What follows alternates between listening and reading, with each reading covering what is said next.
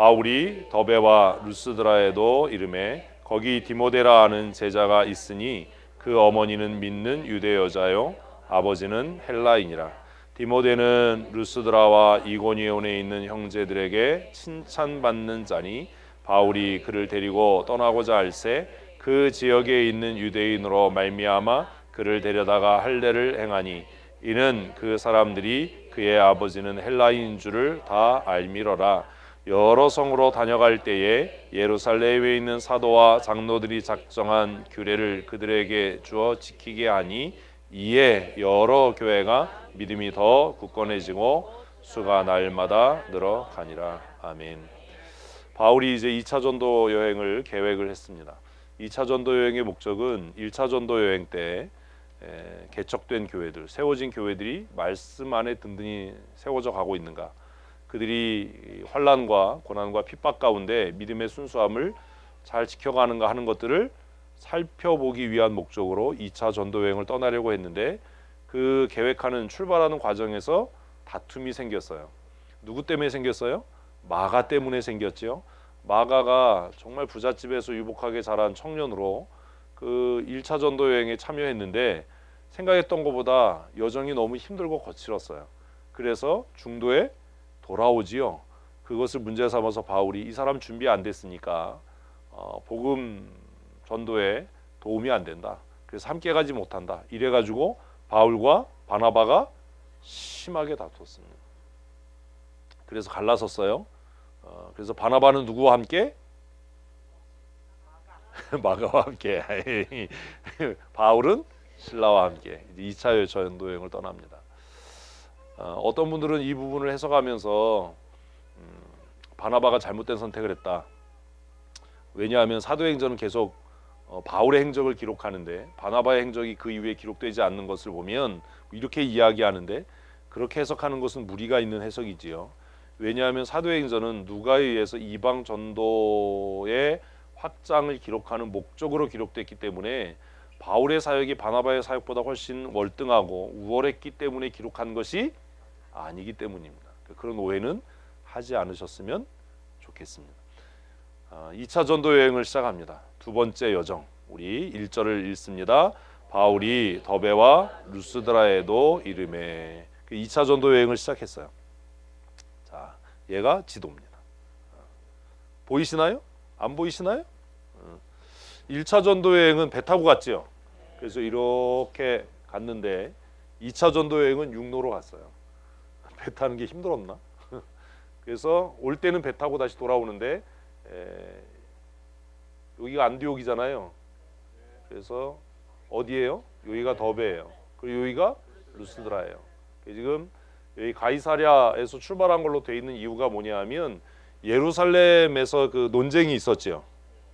이방인들 중에 예수 믿은 사람을 어떻게 할 거냐라고 하는 것을 예루살렘 교회의 사도들과 장로들에게 문의해서 그것이 결정되고 난 다음에 시작했기 때문에 여기를 출발지로 한 겁니다. 안디옥, 그 다음에 더베, 루스드라, 그 다음에 비시디아 안디옥. 안디옥이란 지명이 두 개가 나오는데 비시디아 안디옥은 요게 구별하기 위해서 비시디아를 앞에 써요. 비시디아 안디옥. 이렇게 해서 돌아서 이태리로 해서 다시 터키로 해서 돌아오는 여정이 몇 차 전도 여행이요? 2차 전도 여행입니다. 우리가 지금으로 하면 선교라고 해야 될 텐데 2차 전도 여행의 여정입니다.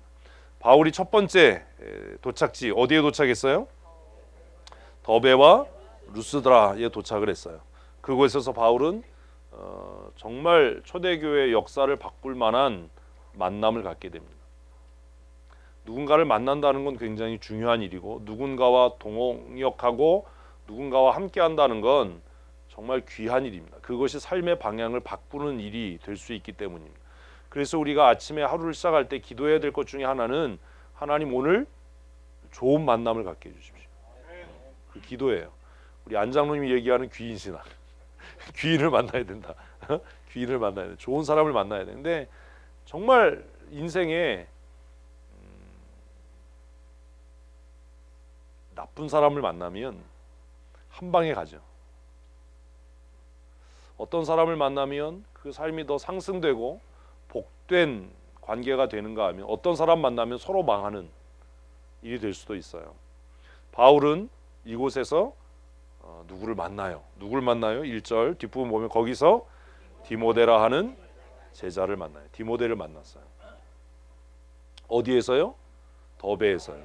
아까 지도 생각하면 더베하고 루스드라도 좀 떨어져 있었잖아요. 더베에 갔을 때 디모데라 하는 청년을 만났어요. 그런데 이 청년에 대해서 성경은 뭐라고 이야기하면 제자라고 이야기를 해요. 그러니까 이 친구는 이미 개종한 사람이죠. 이미 교회 안에 들어와 있던 청년이에요. 그래서 디모데를 만났는데 그는 예수를 믿는 그리스도의 도를 따르는 사람이었어요.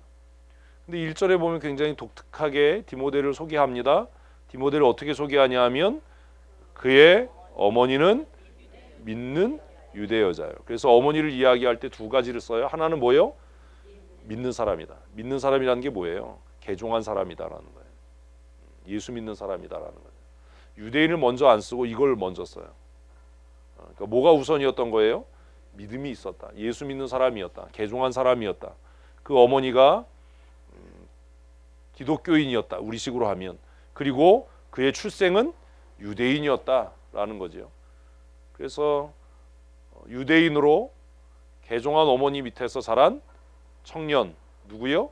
디모데. 그래서 디모데가 제자된 것도 어머니의 영향이었던 것 같은 느낌을 받아요. 근데 더 특이한 것은 그의 아버지 때문입니다. 그의 아버지는 헬라인이에요. 그러니까 어머니는 디아스포라였던 것 같아요. 흩어진 유대인 중에 이방의 지역에 정착해서 살면서 헬라인을 만나서 가정을 이룬 거지요. 그리고 아들을 낳았어요. 그리고 그 이름을 디모데라고 줬어요. 희한하죠? 뭐가 희한해요? 헬라식 이름이 아니라 디모데, 엄마의 영향을 더 많이 받은 것 같다라는 느낌이 드는 거예요. 어쨌든 디모데는 예수 믿는 청년으로 그의 어머니는 예수 믿는 여자였고 유대인이었고 아버지는 헬라인이었어요. 이런 청년을 만났어요. 청년 디모데를 만난 거예요. 이것이 바울의 삶뿐만 아니라 세계 기독교 역사를 바꾸는 만남이 됐어요. 우리가 잘 아는 것처럼. 그래서 바울 사도의 사역의 뒤를 이어서 초대교회 기초를 든든히 세웠던 사람이 디모데와 디도거든요. 우리 다 알잖아요. 그리고 디모데가 바울의 사역의 모든 것들을 맡았다라고 하는 것을 우리는 이미 고린도서를 통해서 알고 있지요. 큐티했잖아요. 몰라도 이럴 때는 안다고 그래야 돼요. 그죠? 그래서 이 만남은 바울에게도 디모데에게도 인생의 전환점이 되는 만남이었고 또 교회사에도 길이 남을 만한 만남이었어요. 우리 옆 사람과 인사하십시다. 우리의 만남이 이와 같기를 원합니다. 만나서 망한 사람도 있어요. 너를 안 만났다면 내 인생이 나았을 텐데 뭐 이럴 수 있잖아요. 근데 이 청년 디모데와의 만남은 바울의 인생을 정말 뒤집는, 또 청년 디모데가 바울을 만난 건 그가 어떠한 삶을 살아가야 할지 삶의 미래를 결정짓는, 그리고 교회사의 입장에서는 초대교회 기초가 든든히 놓여지는 정말 대단한 위대한 만남이 오늘 본문에 짧게 기록되어져 있습니다. 우리는 수없는 만남을 갖게 됩니다. 그리고 그 만남은 누가 결정하는 거예요? 내가 결정하고 선택하는 거예요. 저는 사람 만나는 거를 별로 그렇게 귀하게 생각을 잘 안 해요. 왜냐하면 제 마음속에 똥고집이 있으니까 그게 뭐냐면 하나님 의지하고 산다 뭐 이런 거예요. 근데 살아보면 그 얼마 안 되는 몇몇의 만남이 인생의 방향을 결정짓지요. 아무쪼록 우리 춘천 성도교회에서의 만남, 또 저와 여러분의 만남, 또 여러분들과 여러분들의 만남이 우리의 삶에 하나님의 복주심과 은혜의 통로가 되는 만남이기를 소원합니다. 아멘. 그러셔야 돼요. 노력하셔야 돼요. 그 같은 교회 안에 있어도 누구와 파트너십을 가질까? 누구와 동역할까? 이 사람과의 만남을 내가 어떻게 유지할까? 라고 하는 고민을 하셔야 돼요. 제가 이번에 그 사역자들 워크숍 가서 그 얘기 했거든요. 서로 만나면 그 사람의 미래에 대한 다 2박 3일 동안 잤나 봐. 계획이 있어야 된다. 그냥 만나서 좋아. 뭐 MBC도 아닌데 만나면 좋은 친구. 이게 아니라 만나면 그 사람에 대한 뭐가요? 미래의 계획. 하나님께서 이 사람을 이렇게 쓰셨으면 좋겠고 나도 그렇게 쓰여졌으면 좋겠고 내가 하나님 앞에 쓰여질 때 이 사람이 함께 동역했으면 좋겠다라고 하는 계획. 바울은 디모데를 보자마자 또 디모데는 바울을 보자마자 그 생각을 한 것 같지요. 그런데 이 디모데가 어떤 사람이었냐? 2절 성경은 너무 재밌게 기록해요. 2절 읽습니다. 디모데는 루스드라와 이고니온에 있는 형제에게 칭찬받는 자니. 여러분 같으면 못 쓰겠어요. 성령 충만했다. 은사가 충만했다. 이런 거 쓰지 않겠어요? 아무 생각이 없으시군요. 바울이 디모데를 만났어요. 그리고 이 청년과 함께 하기를 원했어요. 무엇을 위해서요? 교회 개척을 위해서요. 선교를 위해서. 지금 바울이 지금 뭐 하는 중이에요? 선교 여행하는 중이에요. 그래서 누굴 만나서 그와 동행하려면 무슨 목적이에요? 선교하는 목적이에요. 그러면 주된 관심이 뭡니까? 믿음이 있는가? 선교에 대한 열정이 있는가? 성령의 은사가 있는가? 이런 거 생각할 거 아니에요. 근데 본문은 뭐라고 써요? 왜 이러죠? 왜 이런 거예요? 이런 고민을 하면 성경 읽으셔야 돼요. 여러분 같으면 내가 지금 선교 사역을 하고 있고 내가 복음 사역을 하고 있고 내가 목사고 내가 장로여서 나와 동역할 동역자를 찾는다면 어떤 사람 찾으시겠어요? 설교 잘하는 사람, 성령 충만한 사람. 교회들이 망하는 이유가 그거라고 저는 생각해요. 담임 목사 청빙합니다. 어떻게 청빙하죠? 설교 듣고요. 그 아무짝에 쓸모 없어요.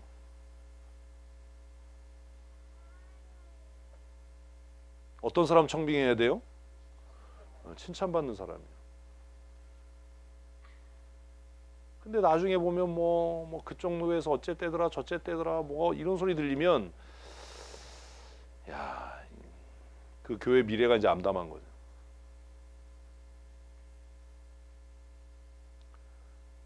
우리가 동역자를 선택할 때 내가 누군가와 함께 일하기를 원한다면 믿음도 중요하고 그가 가지고 있는 뭐 성품도 중요하고 능력도 중요하지만 정말 중요한 게 뭐라고요? 칭찬받는 사람입니다. 여러분 자신을 생각해 봐야 돼요. 나는 나를 알고 있는 사람들에게 어떤 사람인가? 칭찬받는 사람인가? 성질 더러워야. 지밖에 몰라. 교만해. 욕심 엄청 많아. 그런 사람하고 함께 하면 안 돼요. 없는 능력은 가르치면 되고, 그죠? 믿음은 하나님이 은혜로 주실 거고, 우린 그런 생각 안 한다고요. 우리 교회도 앞으로 장로를 세우고 권사를 세우고 집사를 세워갈 겁니다. 그 사람 뭐 성령의 은사가 충만해, 뭐 열심히 있어, 다 쓸모없는 이야기예요. 사실은 어떤 사람인가? 성도들에게 칭찬받는 사람인가? 더 나아가서 어떤 사람인가? 그의 직장에서 칭찬받는 사람인가?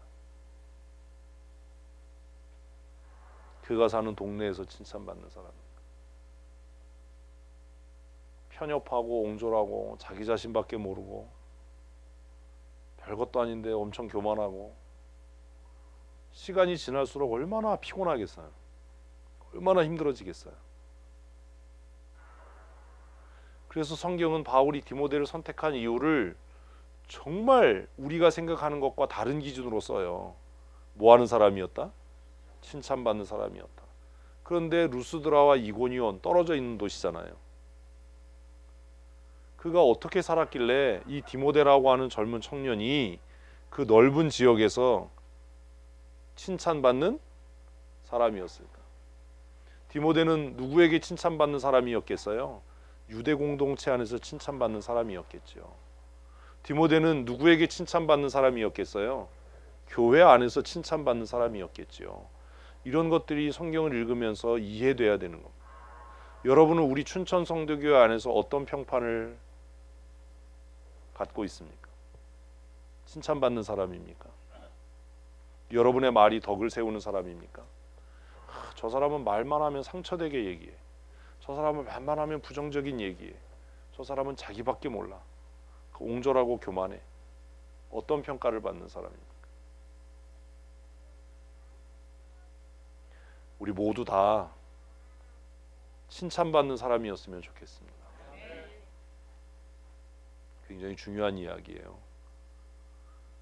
그래서 성경 읽으면서 바울이 디모데를 택한 이유가 성령 충만했어, 은혜가 충만했어, 믿음이 좋아, 말을 잘해, 지식이 뭐 탁월해, 이런 거 아니었다고.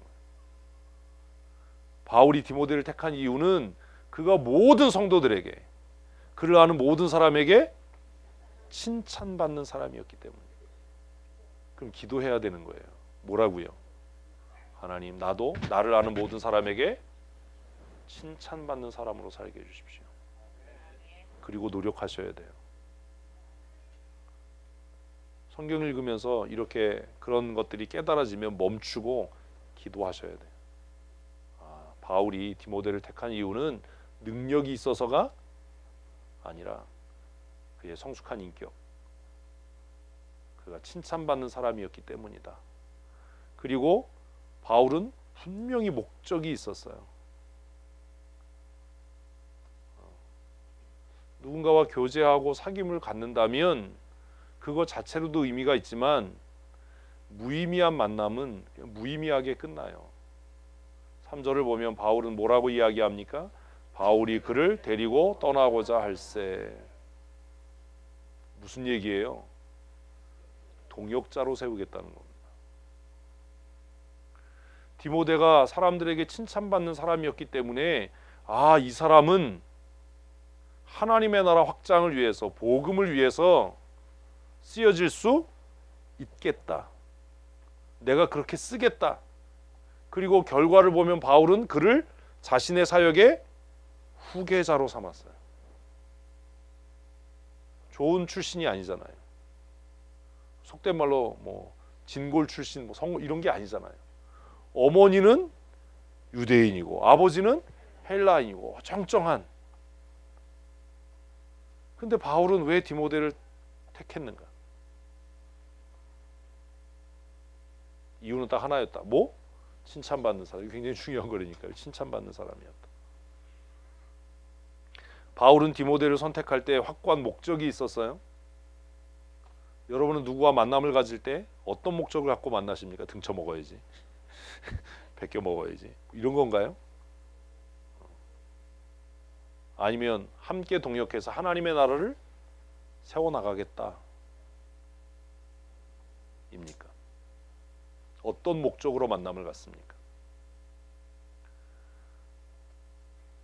많은 사람들이 교회 안에서 만남을 가질 때 영업의 수단으로 자신의 이익을 위해서 만나는 사람도 있어요. 그래서 소그룹 모임을 하고 그러면 그냥 뭐 영업해요. 뭐가 잘못된 거잖아요. 우리가 팔아야 될 건 복음이지 생수가 아니잖아요. 응? 비누가 아니잖아요. 어떤 목적으로 사람을 만나십니까?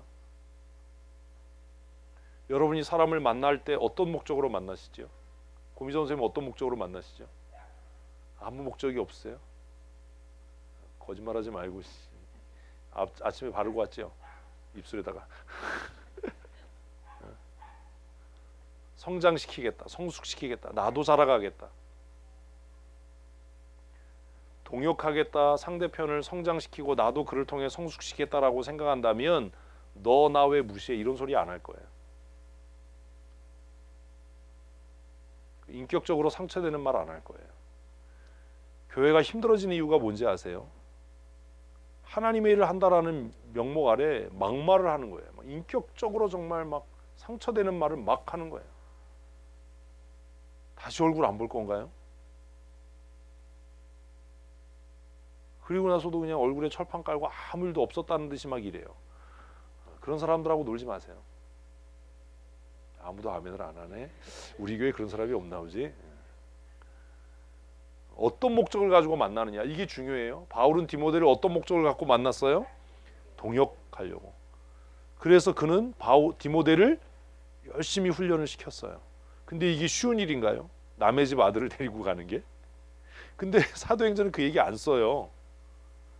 그러니까 디모데도 거기에 찬성했다는 거죠. 그리고 그 부모도 동의했다는 거예요. 그 제가 읽으면서 야, 헬라인 아버지가 유대인 엄마한테 꽉 쥐어 살았나 보다. 헬라인 아버지는 그 아들이 출세하기를 원했겠지요. 돈 벌고 안정적인 직장 갖기를 원했겠지요. 헬라 사회에서 안정된 삶을 살기를 원했겠죠. 바울 따라가면 뭐 되는 거예요? 거지 되는 거예요. 왜냐하면 바울이 선교행하면서 돌아다니는 행색이 그렇게 썩 훌륭하지 않았을 테니까. 자기도 그지 몰골하고 와가지고 아들 데려가서 함께 일하겠다고 하면 어느 부모가 좋아하겠어요. 근데 그 어머니의 신앙이 어떠했는지 우리는 이 3절의 짧은 한 절 말씀, 바울이 그를 데리고 떠나고자 할세, 그 다음이 문제예요. 그 다음에 뭐가 나와야 돼요? 엄마가 반대했다, 아빠가 반대했다, 디모데가 튕겼다, 뭐 이런 이야기가 나와야 되는데 같이 읽습니다. 그 지역에 있는 유대인으로 말미암아. 자, 디모데도 문제가 없었어요. 디모데의 엄마도 문제가 없었어요. 그리고 헬라인 아버지도 등장을 안 해요. 그러니까 제 생각으로는 엄마가 평정한 거죠. 콧물 나오려고 그런다. 엄마가 평정한 거예요. 문제가 다른 데서 생겼어요. 누구요? 유대인들이요. 유대인들로 인해서 갈등이 생겼어요. 그래서 바울이 했던 게 뭡니까? 그 다음 읽습니다. 그를 데려다가 할례를 행하니 이는 그 사람들이 그의 아버지는 헬라인 줄을 다 알미라. 얘기의 내용은 쉬워요.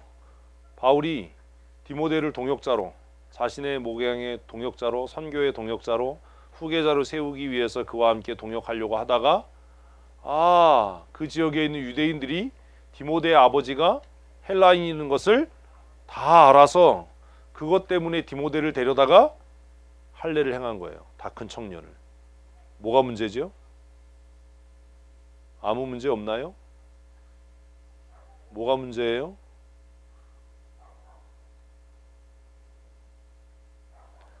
우리가 인생을 살아가면서 순간순간 정말 중요한 선택을 해야 되는 시점에 도달할 때가 있어요. 안 되는 사람들은 평소에는 별로 티가 안 나다가 이 선택해야 될 시점에 꼭 안 되는 선택을 해요. 하지 말아야 할 선택, 해서는 안 되는 말.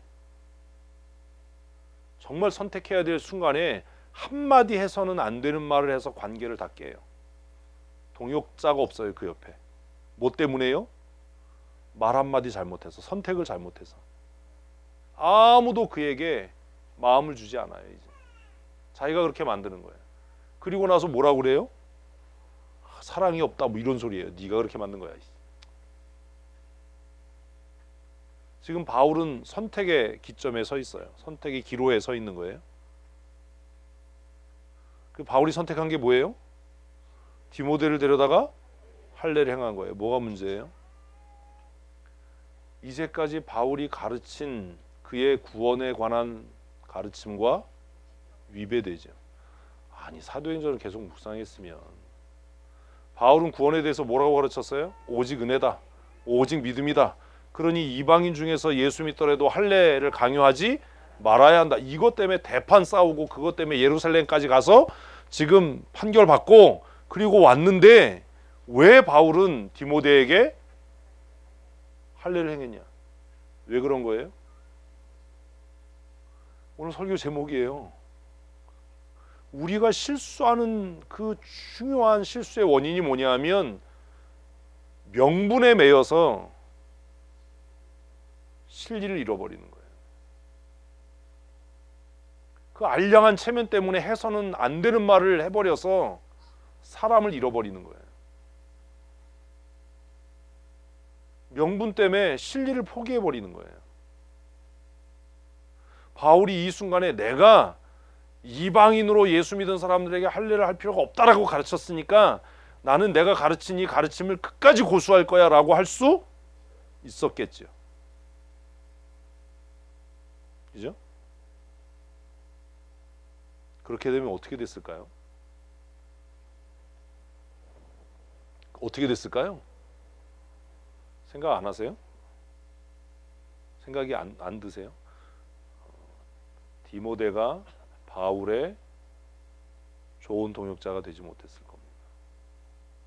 그는 평생 바울이 사도성으로 공격당했던 것처럼 그의 사역 내내 이 문제로 유대인들에게 공격당했을 겁니다.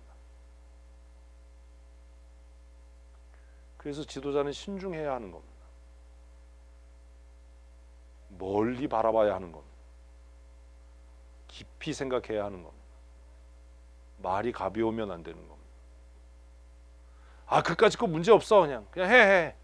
자기는 문제가 없을지 모르지만 디모데는 이것 때문에 평생 고난을 겪었어야 했을 거예요.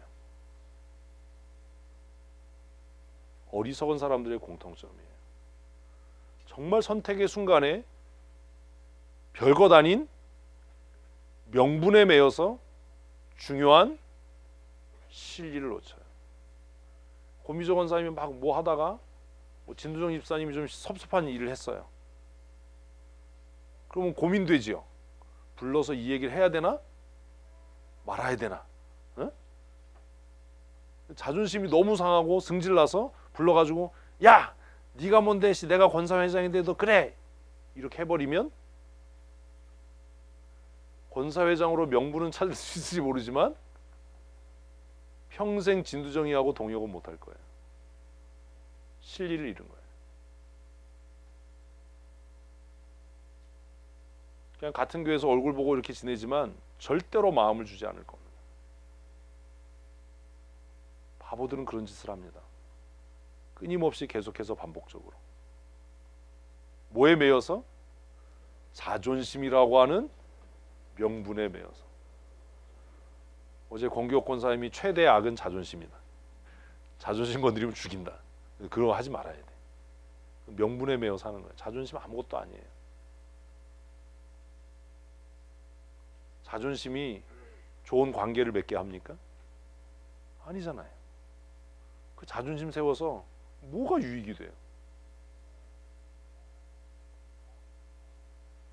진리 문제가 아니라면 뭐를 택할 수 있는 실질적인 이익, 그 실질적인 이익이 내 이익이 아니라 교회의 화평, 하나님의 나라의 확장, 이게 돼야죠. 그래서 고민해야 되는 겁니다. 이게 교회의 화평에 유익이 되는가? 이게 복음의 확장에 유익이 되는가?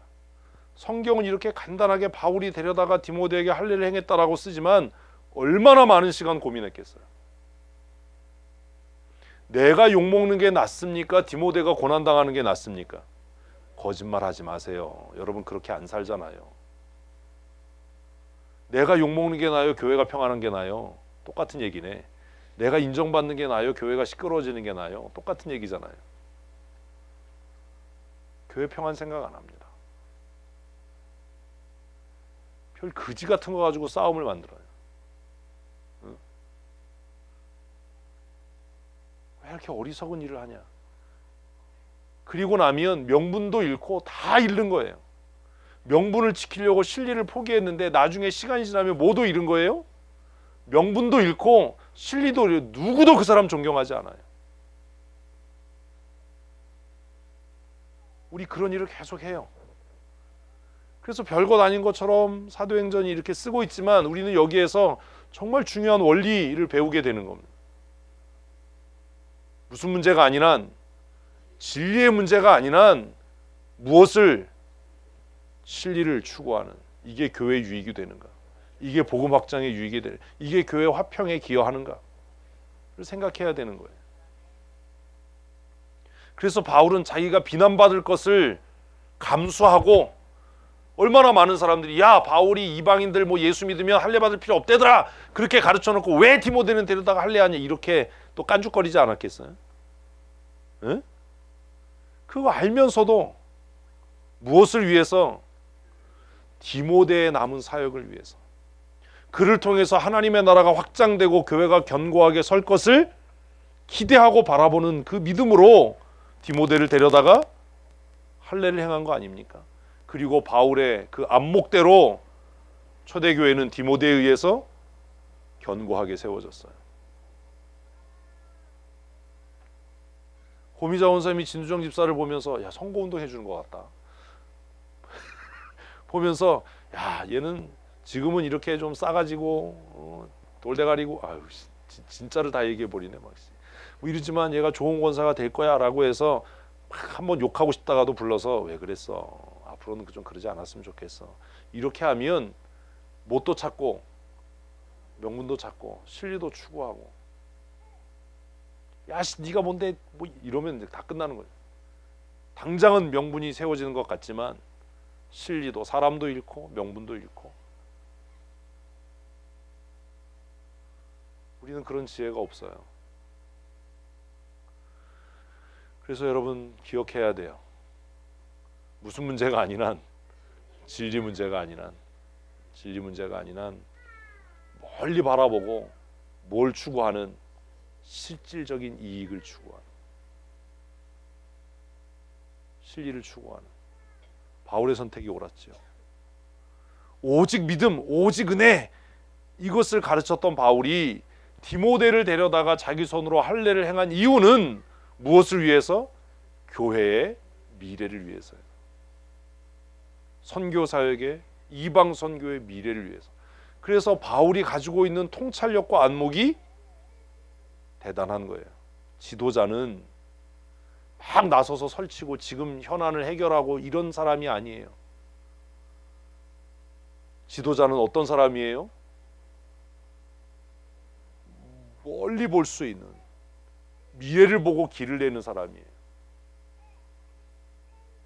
지금 당장 지지고 볶고 뭐 저게 나 무시했으니까 내가 가만히 안 둘 거야, 그런 짓 하지 말고 멀리 바라볼 수 있는 지혜의 눈을 가진, 안 믿는 사람들이 얘기하는 해안을 가진, 그래서 길을 개척하는,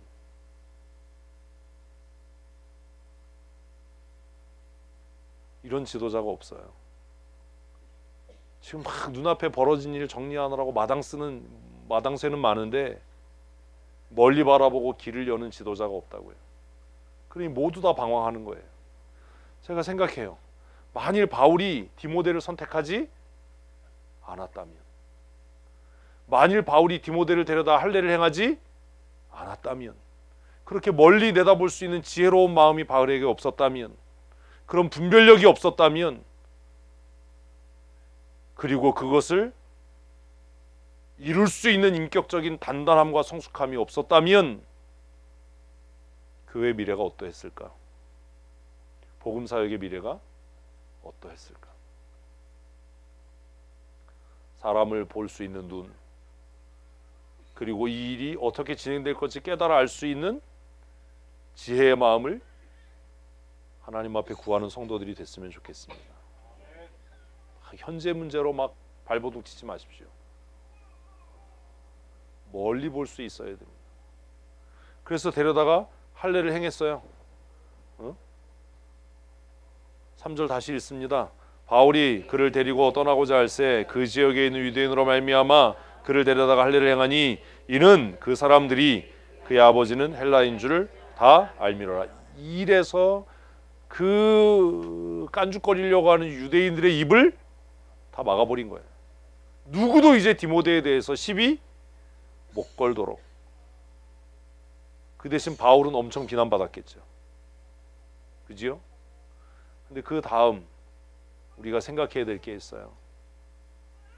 우리가 결정하고 선택할 때 선택의 기준이 무엇이냐. 여러분의 선택의 기준은 뭡니까?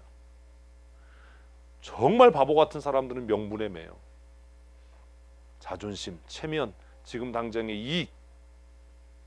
진리라고 하는 건 지금 당장의 이익을 얘기하는 게 아닙니다. 그럼 바보 같은 짓 하지 마십시오. 지금 당장이 아니라 뭘 내다볼 수 있는, 미래를 내다볼 수 있는. 우리는 그런 실수를 계속합니다. 예배당을 건축하면서도 지금 당장을 바라봅니다. 어제도 얘기했잖아요. 예배당을 건축할 때 통장 잔액을 보면 바보다. 뭘 봐야 된다? 미래를 봐야 된다. 미래를 바라볼 수 있는 지혜. 이걸 왜 하고 있는지. 예배당 건축 현재를 위해서 하고 있는 겁니까? 미래를 위해 하고 있는 겁니까? 근데 왜 현재를 바라봅니까? 우리는 그런 실수를 계속 반복해서 해요. 근데 더 슬픈 건 그런 실수를 하면서 내가 바보라는 걸 몰라요. 슬프죠. 선택의 기준이 뭐예요? 지금 얘기했잖아요. 선택의 기준이 뭐여야 돼요? 미래여야 돼요. 현재가 아니라, 무언가를 선택할 때 선택의 기준은 뭐가 아니고, 현재가 아니고 무엇이어야 한다? 미래여야 해요. 믿음도 그런 거예요.